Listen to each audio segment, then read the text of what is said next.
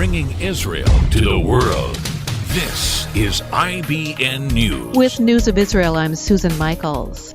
Following Jordan's decision to cancel appendices to the peace treaty with Israel, the government officials have decided to increase the water supply to Jordan. Senior Israeli ministers have protested that it's an absurd gesture given the recent strain in relations. One Israeli official says it's the fault of the government. They, the government, are doing what they want and constantly violate our agreements with Jordan. Because of the government's conduct, the Jordanians no longer trust us.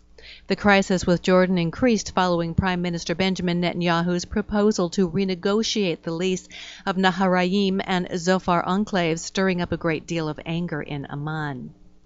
New legislation was proposed this week to impose the cost of terrorist medical expenses on the Palestinian Authority.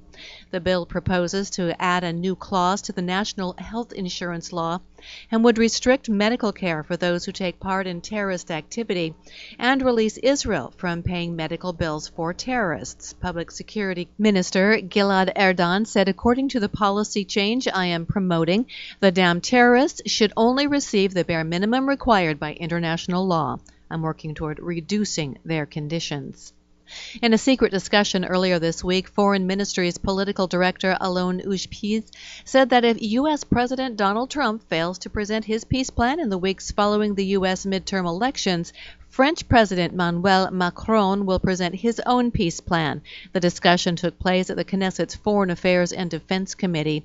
Ushpiz told the Knesset members that the Foreign Ministry knows of the French plan, and very soon after elections, the French will demand Trump present his plan, or they would present theirs. The concern in Jerusalem is that Democrats will come out ahead in the U.S. midterm elections, which is something that would doubtlessly have a serious effect on Israel.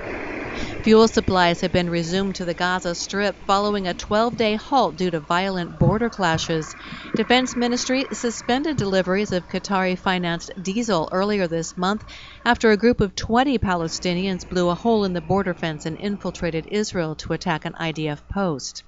And Israel Aerospace Industries has won an additional $777 million contract to supply air and missile defense systems to 7 ships in the Indian Navy. I'm Susan Michaels. IBN, Israel Broadcast Network.